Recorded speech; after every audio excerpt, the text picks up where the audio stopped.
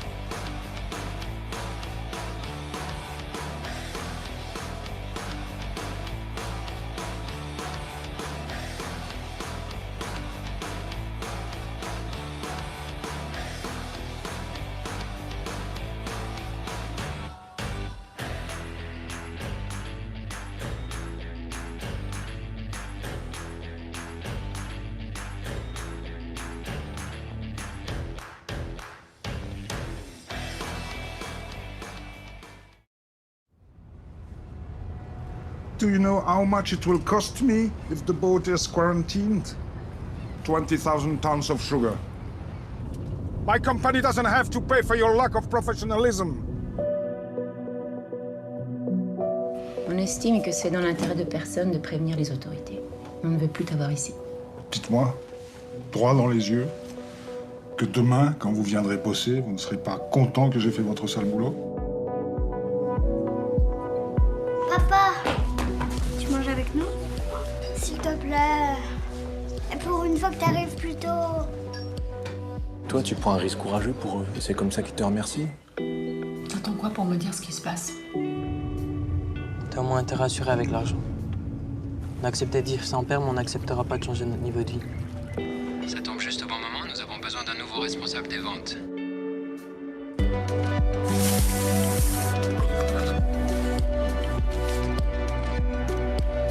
Le projet, ce serait, disons, de contourner l'embargo syrien. Je ne vais plus faire ce genre de choses.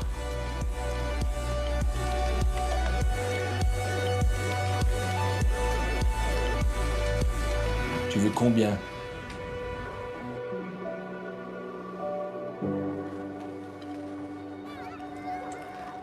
120 000.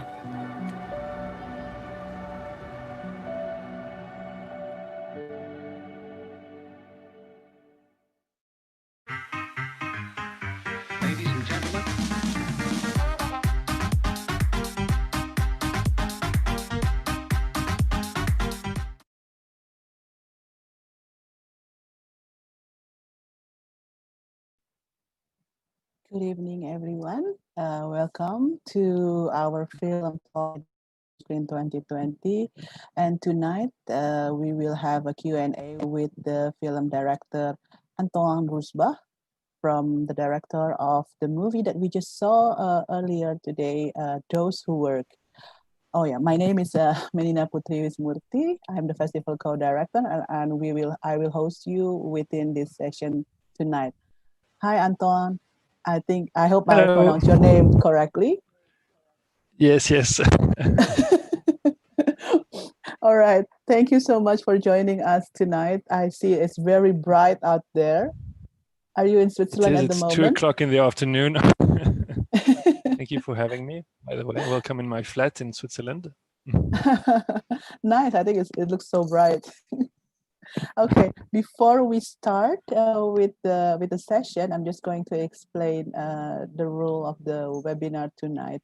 Please notice that the session is broadcasting live on our YouTube and Europe On Screen YouTube, and the session tonight or this afternoon in Antoine Place would be held in English.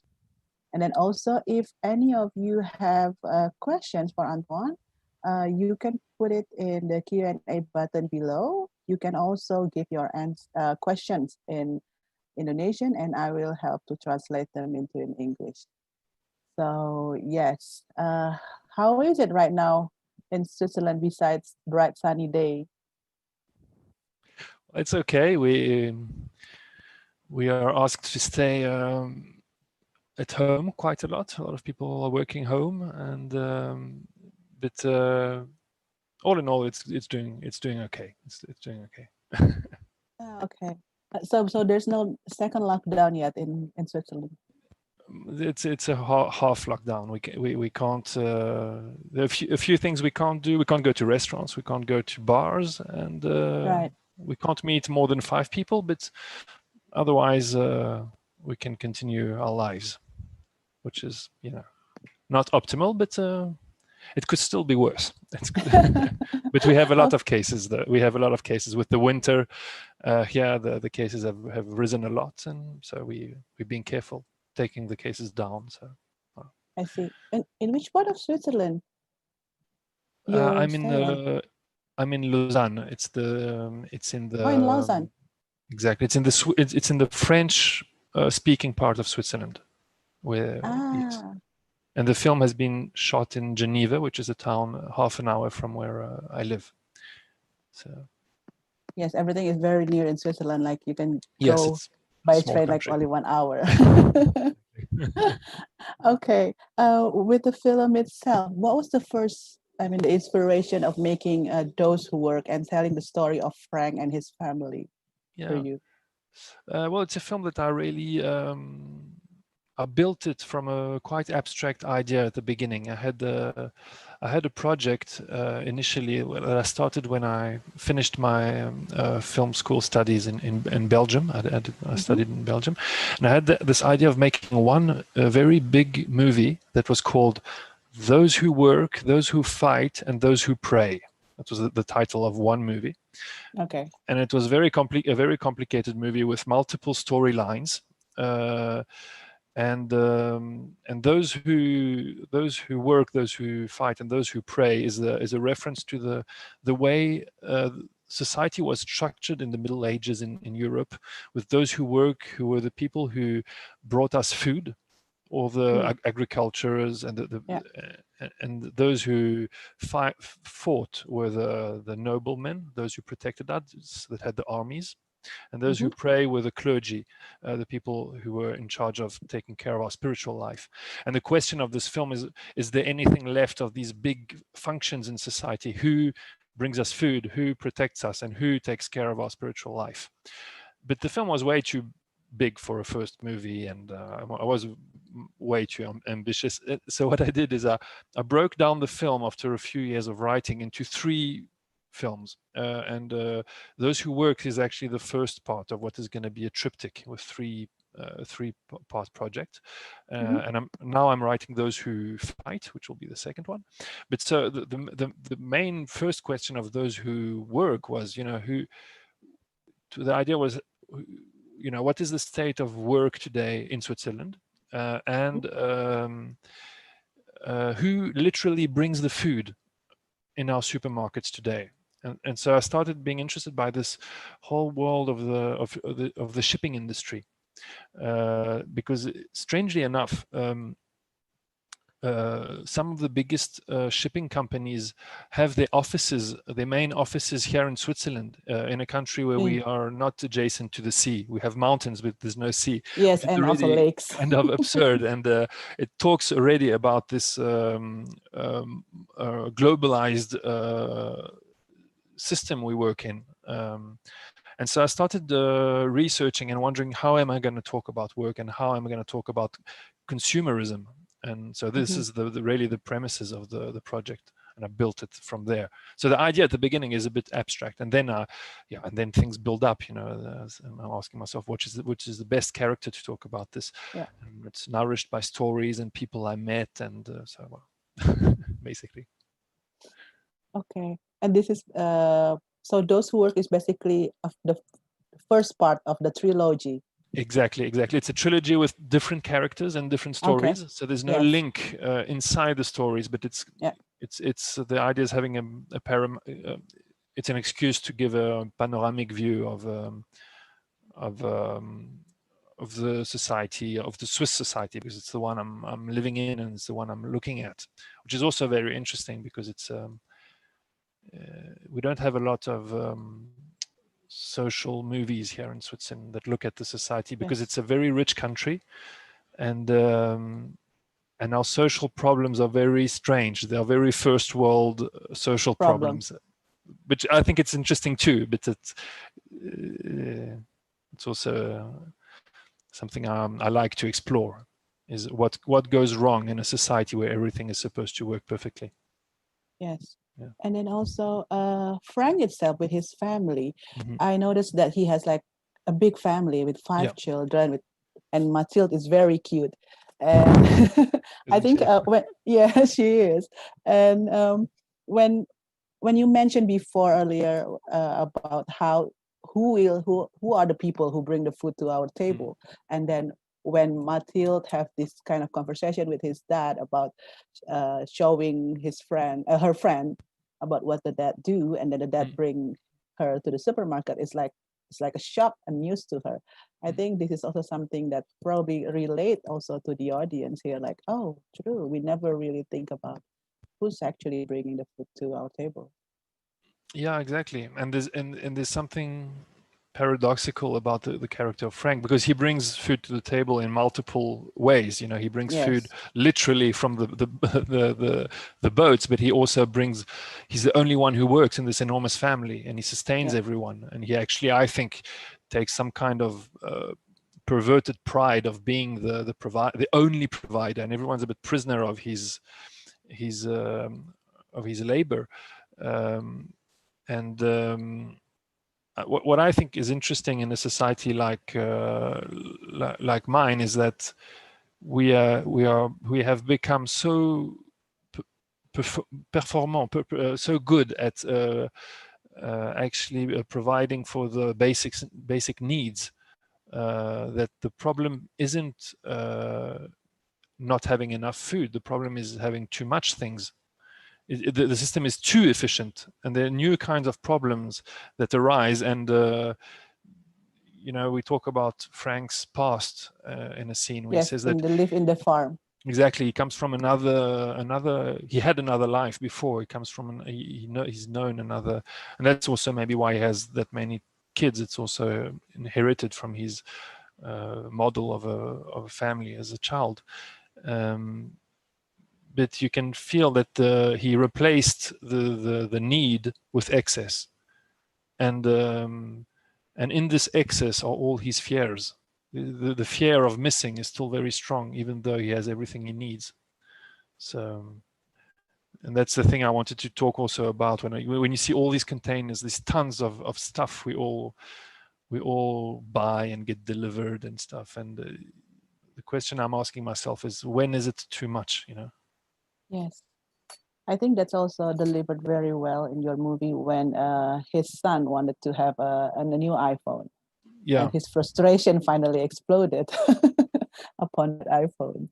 Yeah, exactly. Yeah. yeah, it's all these questions about consumerism. I think are very important, and also the one of the very important themes of the film is the theme of the blind spot. You know, what don't we see? What do we choose not to see? Also, you know, because for this kid, the iPhone is nothing else than something that appears in a shop. You know, you go in the shop and you buy it. There's nothing behind the whole distribution and the whole production of the phone. All that is abstract for him, and exactly in the same way as the man that Frank kills, we never see him. The man on the boat, we never see him. So it's easy for Frank to not think about him. So the big question of the film is, can we really not see the violence that's hidden behind the stuff we buy? True. And I think we are very good at not seeing. We all know about it, but we're also capable of not seeing this violence. And I think that's the thing that puzzles me the most. Is how am I capable of being conscious of so many social global issues and still buy a new phone every year, thinking it's okay? You know, this hypocrisy and this violence is one of the main points of the film, I think. Yes. On multiple levels, it's in the film. I think also you try to deliver that when Frank confessed to his wife, and the horrible, because at the beginning we really don't know what happened with that man, right? And then after that, the table scene when he confessed, then you know it's very horrible. Well, we kind of know it when he gets kicked out of his job. As the spectator should know what happened, but it's made very clear at that moment, and I think he never had to say it very clearly to someone. And it's true in the other scenes there, you know, they're trying to avoid the evidence of the violence. You know, that no one really wants to say it as it is. And I think a big way to progress concerning these questions is to, you know, really look at what we are doing and accept that we have that we are violent, that there is something violent in our attitude. I think that's the first thing. Because I see a lot of people around me who negotiate with the violence. You know, they say, yes, okay, I buy a phone, but when I buy vegetables, I buy them from a local agriculture guy, so the phone is okay. You know, the fact that my phone is produced by with metals that are gathered by children in Africa is okay because I bought my vegetables from a guy that lives half an hour from the market. But we are very good at negotiating and avoiding, and I think if the real issue, exactly, because we still have to live with ourselves, and I think being brave is to look at what we are doing in front, you know, confront what we are really doing.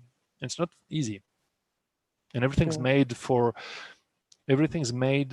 so that we don't have to. Like it's something you see in these big multinational companies is this: they often have people working for them in other parts of the world, and they are how do you say,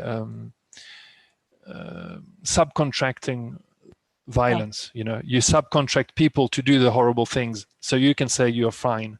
And it's a whole system we have that is only made to pretend that we have no responsibility. Yeah. Yes, that's true. And also, like, I think human also have this kind of selective and what they want to think or what they want to see. Yeah. And to be presented this movie, I think it's like some slap in your face. It's like, guys, there's this reality that we need to. Yeah, exactly. accept. And it's also something you see at the end of the film. It was quite important for me that I didn't want. I was, you know, I asked myself for a long time. You know, should Frank change at the end? You know, should he refuse a new job like the one he did before? And actually, I thought it was a fake answer. You know, it was not the good answer, because you know, saying, no, we're going to abandon the whole system. We're going to stop participating. I met a lot of guys who said, I worked in the petrol industry, for example, and it was so horrible that I left when I was 40 and I became a consultant and stuff. And it always struck me that, you know, they left their job, but there's another guy younger that didn't understand that there was a problem with this industry that would take his place. And it's not resolving any problem. It's just very egotistic. It's not living with your guilt anymore. So I thought it's a vicious cycle. Exactly. So it's a non-answer, and I don't think we're going to change like that. You know, it's not going to happen like that. But I thought the evolution that would be very interesting for Frank is he accepts a horrible job, but he knows what he's doing, and he's not going to, you know, he's not lying. He's not going to lie to himself anymore, which is not resolving any big problems, but it's a step, you know. Yeah, I was quite surprised when he was like accepting another job that's basically similar to the first one that was very horrible. And but then at the end, I was also surprised that he never really revealed to his family about the truth, unless to his wife. So yeah, and it shows how I don't know, but what I feel is like it also shows how depressed he is. Is it also your aim to address the depression in the society because of, you know, the work ethic or maybe the work habit that happen in the modern society at the moment? Yeah, because one of the things I wanted to avoid, because there are a lot of movies in France about work. There's a whole culture about films about work, and the main message is really often we're going to show you how the work system, the workplace, and the whole system is going to force you to do things you don't want. So people are good, but the system is bad, and it's forcing you to do stuff. And the way I wanted to talk about it was a bit different. I didn't want the blame to be only on the system. I wanted to know, I want to talk about someone who integrated the system so much that he becomes the problem. For example, when he commits the crime he commits, no one asked him to do it. He thinks he had the idea, and it's something I really saw in a lot of employees, white collar workers, is that they completely integrated what was asked from them, and they are expected to know what is expected from them, and they can do things before they are asked to them. So, you know, they have to do their own time. They can stop work when they want. They feel like they are their own bosses, actually. But they're not in reality, and it means they have to integrate what is expected from them. And so there's and that's the way I wanted to talk about work, is ask the question, how deep has the work values colonized Frank's mind, you know? And so it's a very sad person, because he actually believed in a certain dream, in a certain promise. You know, this society promised him, if you integrate the system of work values, you will get everything. And he did get, he thinks, everything, but he got money, and he got out of his condition because of this promise. But at the same time, he didn't allow himself to listen to himself. The question of being happy he has completely eluded it for the success and the money, the professional success and money. So he's a very tragic character, because he is very depressed, because he thought that the statue and the money would be enough. And when he loses this, the men I met that had this logic have fell very hard when they lost their jobs suddenly, because they were only the job. They were not a person. They were only the job. And so when you take the job away, they're confronted with how little is left of them.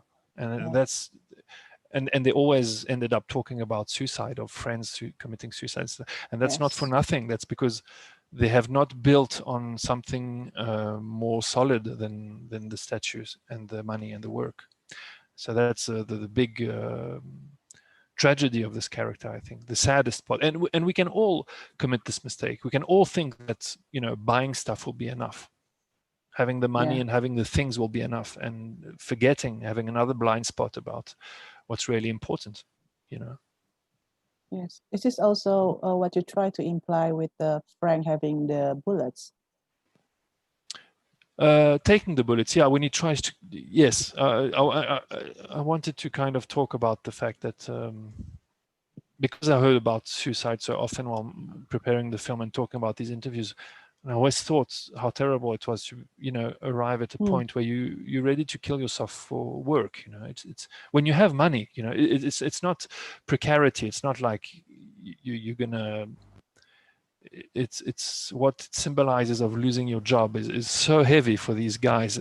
So I wanted to talk about it, but I absolutely didn't want Frank to go to the end of it, because again, it's not an interesting answer for the film. I mean, if the film says, okay, just kill yourself, and it's there's no solution, and and it's a non-solution also because he does not kill himself because he sees his daughter. Yes. And it's a way for the film to say, you know, it's not a solution because there is a future, and what are we going to do for the future? And that's where it becomes complicated. Is that okay? We have the proof that Frank is not okay with accepting this horrible job because he's ready to kill himself rather than accepting it. Okay, but he cannot just abandon the problem by killing himself. He has to find an answer for the future generation. So that's what triggers the whole trip and the whole introspection, where he ends up accepting it, but you know, the end is very open. So yes, and probably he was like at the end he was like sitting in his living room already feeling dead. I mean, he looks so depressed. Exactly. Some people said, you know, maybe he really killed himself the day he signed this contract. Yeah, I don't know. I really wanted to have an ending that everybody can have their own. Exactly, and that doesn't close the interpretation. You know, there are a lot of different ways of reading it, and the hope is to have a conversation at the end that people should make sense, because the problem of the film is very complicated, and I don't want to just give, you know, bogus answers. And I think it's because I didn't find the answers either. You know, I don't know much about how we're supposed to. What are we supposed to do with this problem of, you know? Well, you try to provide solution by making this film, so thank you for that. Yeah, maybe the solution is to look for solutions. I don't know. Okay, and then also the relationship between Frank and his son. I mean, you spend time to actually also establish this, but also with Mathilde and then also his son. Is this something that probably, I don't know, based on your personal experience? Well, not at all, because my father's not like Frank at all. he's a very nice guy. Always thought family was more important than work. So it is a bit of I had a lot of friends who had fathers like Frank. So it's also a construction of different kind of fathers and men and stuff. And I was always very shocked by these stories. Having a father that's not like that, when you hear how things happen in other families, it's always so. And I always thought these guys who are supposed to carry the weight of the world on their shoulders and everything, there's something terrible about them, and the way they connected with their children was also, there was so much running away from the relations. And but I thought it was interesting having this whole family. It was very important for me to show how Frank had failed and did not manage to connect with his children, and he tries to connect with his son, but it's kind of too late actually. And it was, you know, he pays the price of what he did in the past. But it was also very important to have the Mathilde that is younger than everyone, because he did not fail her yet. You know, he could still be as bad as he was with the other ones, but maybe not. And so it's a place where things are still some movement is possible. Yeah, things can happen, but things can't happen anymore with the other ones, because it's actually too late. So even though he regrets, we see that he tries to do things to go towards his son, but yeah, at some stage it's too late. And the whole family is also, I thought, was interesting, because I think they're very much like us as consumers. They are feeding on Frank's work, and they are also they all condemn him morally. They all said, what you did is bad, it is wrong, but at the same time they are all taking the money from these crimes, from this activity that they are blaming him for. So they also have they are very hypocritical at some degree. That's why I thought they were very interesting. Like his wife also is she, you don't, she's put in a position where she doesn't have to be as horrible as Frank, and she can easily blame him. So I thought this position was really interesting. You often see these dynamics in the very classical model of family, with the father that's protecting the whole family of the violence of capitalism and stuff. It's a really old classical model. Yeah. But I think it talks about us quite a lot as consumers. As consumers. Yeah, it resonates a lot also. Is there also any particular reason why you don't put any music? Yeah, there are a few aesthetic dispositives, like the way the camera moves, the lenses we use. Actually, the whole film has a certain type of lenses that are quite narrow. To talk about, we talked about the blind spot. The camera's like this during the whole movie, and we change the lenses only at the end when he goes on the harbor with his daughter. So there's an enlargement of the lens. It's more wide. Yeah, exactly. And especially the fact that the camera is always following the character. It's always late, and the fact that there's no music are two dispositives that are made to force the spectator to ask himself what he or she thinks of what is going on. The film is not telling you what you have to think. And that's very important for me, because the film was written like that. It was written in such a way that I did not want the film to definitively tell you what you had to think about Frank. It must stay complicated. There's some scenes where you don't know if he feels guilty or if he doesn't care. The fact that the camera is always late on the character, is always following the character, is a way of saying, the narrator, the camera, does not know what the character is going to do. So the narrator does not have any answers to give you.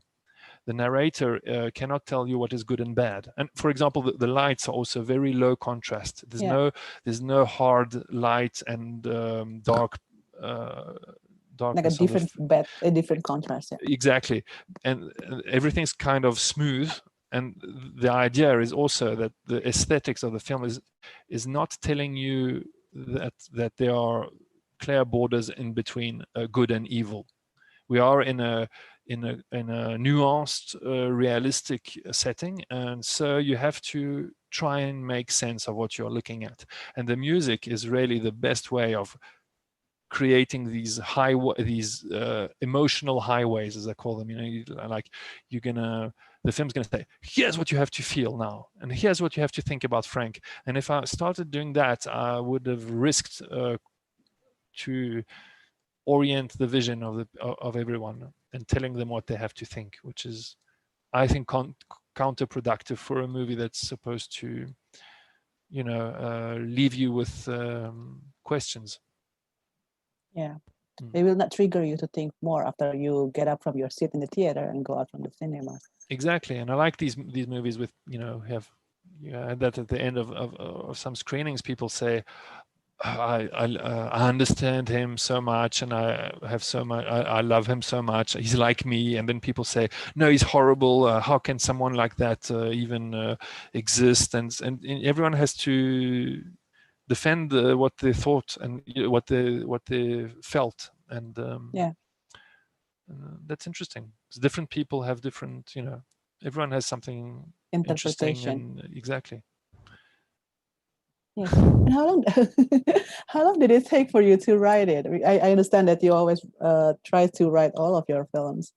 Yeah, well, I worked on the whole thing. I mean, I didn't work on it only, but I think it was something like 7 years because I started writing this enormous film and I was very young. So that was with when a trilogy. yeah, that took me something like 5 years, but I was working on other things at the same time. It was just more of a side project. And I think I worked 3 years on writing Those Who Works as a single film with my co-writer, who's called Emmanuel Mar. He was actually a colleague in my school, very talented filmmaker. And so I was very lucky to work with him on the script. So I'd say this script was 3 years, and we really started. We more or less from scratch. We had the idea of the boats, we had the idea of someone losing his job, but that's basically, and the daughter too. But it's basically all we had at the beginning of the 3 years. So yeah. So 7 years, and then for the production itself. Yeah. Huh? And for the production itself. Well, you always do a bit both at the same time, but the financing and everything was made in parallel, but the shooting was quite short. It was 30 days of shooting, and then we a few months of editing, of course, and yeah. Yeah. And also, is it Olivier Gourmet is like the first choice, or do you have to do some kind of casting for this? Or yeah, we especially had to for Mathilde. Yeah, for Mathilde, yeah, we had to find someone, and for Olivier, I was looking for. I didn't think of anyone while writing because I always love this moment where you can have your script and you didn't think about anyone, and then you take all these different actors and you think, every time it's another film, you know, you think, and what does it mean to take this person for this and this and this, and I ended up stopping on Olivier Gourmet because he's one of the rare actors who's not scared to play characters that are morally really ambiguous. He never has to save his character, you know. He's so I wanted to meet him, and he really liked the script. I was very lucky, and he had this vision of the human nature that was very compatible for the project, and that he loves this. He thinks that, you know, if you want to love humanity, you have to love it with its part of darkness too. You cannot just show people you cannot, the good side. Yeah, if you create characters with only a good side, of course you love humanity. It's easy, it's an easy exercise, and it's not like that in life. You know, you don't love only super people, otherwise you don't really love humanity. You have to love people with with their part of, you know, what you can call darkness, or fragility, or the mistakes they can make, and that's, I think that's what's beautiful in fiction, is that you can really explore your own darkness too, you know, because we are, you know, I was talking about all our blind spots and stuff, and I think a lot during this movie I thought a lot of all the horrible things I do. You know, how many times have I lied to myself? How many times have I failed? How many times have I tried to, I don't know, carry everyone's problems, and all these things I think are way more important to talk about than how super we are. And Olivier has this love of exploring these places, and he really does it 100%. When he acts, he really goes through the whole reality of these experiences, and I thought it's a beautiful. I think it's a beautiful actor, and he's beautiful for this in this role, for this character, I think. So yes. He embodied the character very well. Yeah, I would say. So physically too, that's what's amazing. Yes. He goes through the script in a way that, and I cannot even understand everything he's doing. He goes in he has his trip, you know, and he goes in it as an actor, and I think that's. I'm always very happy as a director when I see that the actors are going in a place that I don't even completely understand. Yeah. Okay. Now we have already, I think, questions from the audience. Just going to read them one by one for you. Hello, Antoine. This movie is really moving. This question is from Lukman Farid Muktiwibowo. What do you want to say to business owners who force his or her employees to work very hard for the company until they unintentionally abandon their families? Well, that's obviously, I mean, that's obviously terrible and wrong. But as I said, there are a lot to talk about the movie. There are a lot of movies you talk about that, and I don't know if you look at Ken Loach's films, or there's this this violence is really terrible because it is exterior to the character, to the persons, you know, to the people. You there are conditions where you cannot do anything against the system, and so the problem is exterior, and it's so the only way of changing it is to refuse it, but sometimes you can't refuse it because of your condition, and change the political system, which is also, you know, you can fight to change the political system, but these things are out of your control. And I think there's another question that's really complicated, is which is more what I talk about in the film, is how do you situate yourself towards work in your head? You know, what place do you leave to your work in your head? Which is a luxury problem, because, you know, that means you don't have these very hard limit problems of, you know, just not having a choice. You know, there are a lot of people just don't have a choice. But what I think is so intriguing, strange, is when you leave people the choice and they have the freedom to maybe work less, maybe they still over investigate work, and they still run away from their lives and their families through work. And I think that's very dangerous. And it's very dangerous also because you really could do things differently. So I think there are two problems: when you can do something and when you can't, and they must be confronted very differently too. But yeah, as I said, I don't have many solutions, but no, but I think what you said makes sense also. Like the question is about whether the company owners is actually trying to make the employee to leave their family, but it is also about human choices. Like you said yourself, your father was also a very hardworking man, but then his family comes first. But there is also a character like Frank that we know in our society, that his life is all about work, so he will be nothing if there's no work for him. Yeah, so I think we have to see it in a different perspective, I would say. Exactly. You must always be careful of, you know, building yourselves the less possible on things that you can that someone could take away from you. Yeah, exactly. If you build yourself only on your work, then you build yourself in a way that someone could take your work away, and then you would be nothing. Yeah. You know, if you have other things in your life, the day you lose your job, these other things will still be there. And, you know, if it's your family, your friends, people around you, they'll sustain you, and maybe you can find another job, and it maybe be easier. If you only built yourself on your job, but then the day it's gone, you can fall really from a very, you know, you can go very low from there. Yes, that's true. So true. Right. And next to the let's go next to the question from Mary Diana Baron.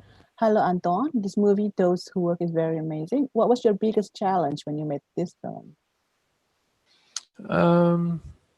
Don't tell me that it's a funding, because no, it wasn't actually. I think it was writing. But it was really interesting. But that's, I think, where as I said, I worked with Emmanuel, and I'm very happy where we ended up. We end up because I think the script is very precise, and I'm very happy that we managed to make a film that clearly poses a problem without giving the solution, and I think that's very good. But it was a hard process, you know. It was there were a lot of trials and errors. It was very interesting, but that was the most challenging part. It was writing it. And then the directing was, you know, it's always a bit complicated and everything's terrible while you shoot films and nothing happens as you wanted, but I'm fine with that. It's easier, actually, I think. Okay, I hope there's no major disturbance from the weather. What do you say? From the weather? Yes. Why do you say that? Like from the bad weather. Yeah, usually when you do outdoor production, then. And yeah, and sometimes the weather's not good, but you still have to do the scene. So yeah, you have to. Well, you shoot films, you always have to adapt to something. There's never anything that goes as planned, and it's also what I think is very interesting. Yeah, I think that's the beauty of it, of making film, no? And it's even deeper than that. I often think of my script as an idea that has to be tested by and that's why I like realistic films, because when you shoot the scene, if it doesn't look real, there's fundamentally something wrong with your script. It's a way of interrogating what you wrote. You know, if it looks credible, it means that there was something true in the scene that you wrote. If it doesn't, it means that your perspective on reality was wrong. And so the film is there. The filming is here to test. There are a lot of scenes that went away because they weren't right. You know, it didn't feel right. If it doesn't feel right, there's something untrue about it. And I love the process of transforming the script into something that is truthful. You know, truthful. We can, no, not truthful, but it's believable. Because if it's believable, there's the truth of believing behind it, at least. And I think that's really what I think is interesting while you shoot. And all the accidents are part of that. I mean, it's not only accidents, it's sometimes people don't say these kind of things. Sometimes people don't do these kind of movements, and it just strikes you on the set. And then you have to ask yourself, why doesn't it seem right when this person opens the fridge? You know, and then you discover that there's a whole different layers. So many things you didn't think about, and it all comes to opening a fridge. And it's, okay, well, I think that's fascinating. So there you go. You might have like already an opening for your next film, an opening of fridge. Exactly, that's a good first shot. Yeah. Okay, so this is the next question from Vidya Pana. Hi, Antoine. Great topics you brought out in the movie. With Frank being the single breadwinner of his family, we see him being ashamed of losing his job by pretending to go to work, and his emotional burden in general after he becomes unemployed. Is male depression one of the topics you wanted to intentionally bring out in the movie? Yeah, well, there was, as I said, I think Frank's happiness is a really important point of the film. You know, it's a way for me to ask the question that, you know, what's important for us to be happy? I think that's very. Do we think that consumerism is going to make us happy, or do we, or not? So that's, I think that's, we've talked about it, and that's something really important. And about lying to his family, it's something that arrived quite late in the writing process, because but at some point it seemed to me impossible that this man I wrote would be brave enough to talk about it to his family. And so I explored this possibility rather than him talking about it straight away. And I thought it was really interesting. And then I wondered, you know, why does that seem better? And it's linked to what I was talking about. And because of the men I met and the people I spoke with, I thought, you know, it's really, if you live only with your job, it's going to be really tough telling the people around you that you don't have it anymore, because he knows what actually happens to him later. No one's going to respect him anymore. I mean, no one respected him from the beginning except Mathilde, who loved her father unconditionally because she's just too young to have noticed what was wrong with him. But he's going to have to confront reality. If he tells them, he's going to have to, it's going to become visible and problematic that no one respects him. And so it felt quite obvious that he would not be able to talk about it. So that's one thing. And there's also this idea of being able to, by the strength of his will, he's going to be able to, you know, if you want, you can, is what he says, you know, when he talks with his daughter's boyfriend, and that's his ideology. You know, it's the will can do everything. So he tries to find a job himself. He goes to a coach, and he does everything he can to do it, to carry his own weight, which is also something I wanted to test in the film. You know, how I wanted him to see that willpower is not everything. You know, there's something that are out of your control. So confronting his real limitations was also something I wanted to do. Yes. And then we have one last question. Hi, Antoine. Thank you for making Those Who Work. It is a strong, powerful drama, and I'm especially impressed by the performance of Olivier Gourmet as Frank. You brought out the best in him. How did you workshop the role with him? I know you have answered a little bit about this, and then also any particular direction you gave to him during the filming. Yeah, well, I worked with him like I worked with a lot of collaborators on the set. You know, you have two ways of working with people when you're a director. You have your script, you have your idea, and you can either try and control every single detail of the film. But then, you know, you have to tell the actors at this moment, you're going to feel this exactly, you're going to think exactly this, and then you're going to pause for 3 seconds. And then you can do the same with the decoration and the cost, the clothes of the characters. You can say, no, I want there to be a green teapot in the kitchen in the back, and then you control everything, which is good, because you know you have really the creator controls everything and stuff, but you also cannot have people around you do things that are smarter than what you could have thought about. So you're stuck with your own creativity. And the other way of working is telling everyone why, what the direction of their work should be, and why things are going on like this in the story, and tell them you are very free to, you know, we create the whole house of Frank from nothing, you know, and the decorators, they were free to. I discovered the set very late, and I was very anxious, but I didn't tell them. I was very anxious of what it would look like. And when I came in this house, it was better than what I imagined, but exactly the direction that we should have. So, and it's the way I also worked with Olivier.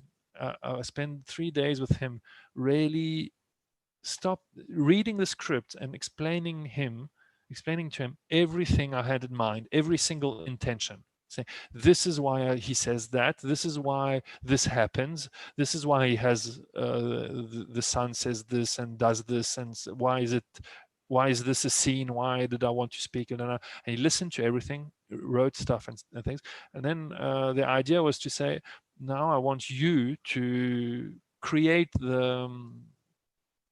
the arc of the character. You are going to go through every one of these scenes, and that's something that belongs to you. I don't want to be in your head in every single scene, and I want you to. And he really did it. You know, he really created wrote the emotions of the character in every scene. Then we dialogue, you know, we talk, you know, if something feels wrong, we talk about it, and it feels wrong and stuff, but I never ask him, what were you thinking about, or what does Frank think about? And so the idea was leaving people around me having the more space possible to create, to stay creative, while still giving them the you know, the intentions and the floor that they can stand on. So that was the way I approached. I mean, basically, the work with everyone it's very intention based, system based. You know, we had also with the camera, for example, for the cameraman, we also had a few rules. You know, as I said, you never know where the characters are going to go. You use this lens and stuff, and that was way more important than saying you're going to be, you know, you're going to be just there with composing the picture and stuff. We didn't need that because we knew the rules, we knew the intentions, and we knew the system we were in. And I love having people. Feeling that people are free around me to, you know, free to, as I said, do things that I couldn't even imagine because these people have years and years of experience in their very specific domain that I do not have. And I think it would be sad for me to start imposing stuff because it'll never be as good as if they can express themselves. So, well. That's a good tip for a direct thing, actually. Probably, yeah. I don't know. Not everyone's happy with this. Some people prefer that we tell them what to do. Right. But I mean, this is why you choose Olivier Gourmet, I think, because he's also a very good actor.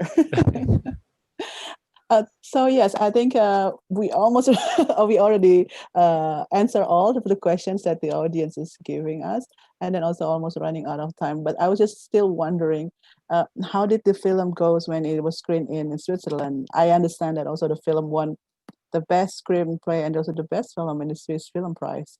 Yes, exactly, and the best second role for feminine second role for the Frankist coach, with Pauline. Pauline Schneider. Yeah, well, it was pretty good. The projections in Switzerland were pretty good, and the film was supposed to go out only in Switzerland. You know, it's a small. We're 8 million people, and there are only, I think, 2-3 million people that speak French. So it's a tiny market. It's very strange. Mm-hmm. But so I was very happy that the film was bought by France, and it came out in France, which is an enormous market. And so 1 year after the film was shown in Switzerland, it went in France and went all around France, and it was a really big release, which was unexpected for me because I thought, just a few thousand people have seen our film, and that's all.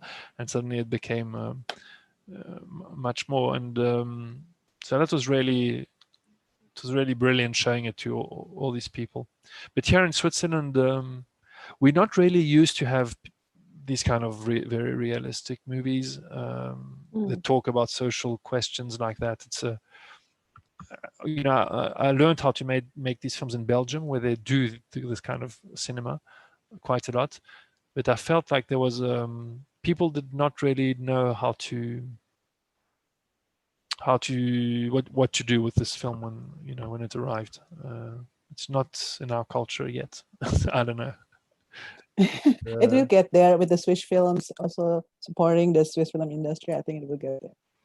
Yeah, but there are a lot of great things that are done here. But this, I think that this kind of cinema is it's a bit foreign, maybe. I don't know. Yeah, I think also has a little bit niche kind of a market. Yeah, maybe, probably. Thank you so much, Antoine, for your time. Thanks so much. On Saturday. And before we end the session, I think Neta, our host, already cued me to take some photo for the documentation. I hope you don't mind. No, it's fine. Okay, Neta, please kindly cue us how to do it. Hi. So please look at your camera and stay still for 1 to 2 seconds to avoid any delay, and I will count to 3. 1, 2, 3. One more time, please. 1, 2, 3. All right, thank you. Thank you so much, Neta. Thank you, Antoine, and wishing you a lot of good luck for the trilogy, actually. Those who fight and those who pray. Exactly. Thank you so much. Thank you. Have a good Saturday. Have a nice evening. Goodbye. Bye-bye.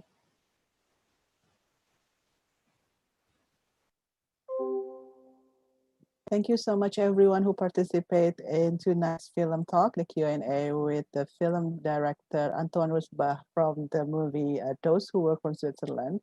And we still have a lot of film talks tonight. Actually, we have at 9 p.m. We will also have another film talk with my co-director Noval Yazid, with the director of the film Instinct. And then also tomorrow we will have other film talks and other films to be watched. And yes, I'll see you around. Stay safe, wear masks, and stay sane. Bye-bye.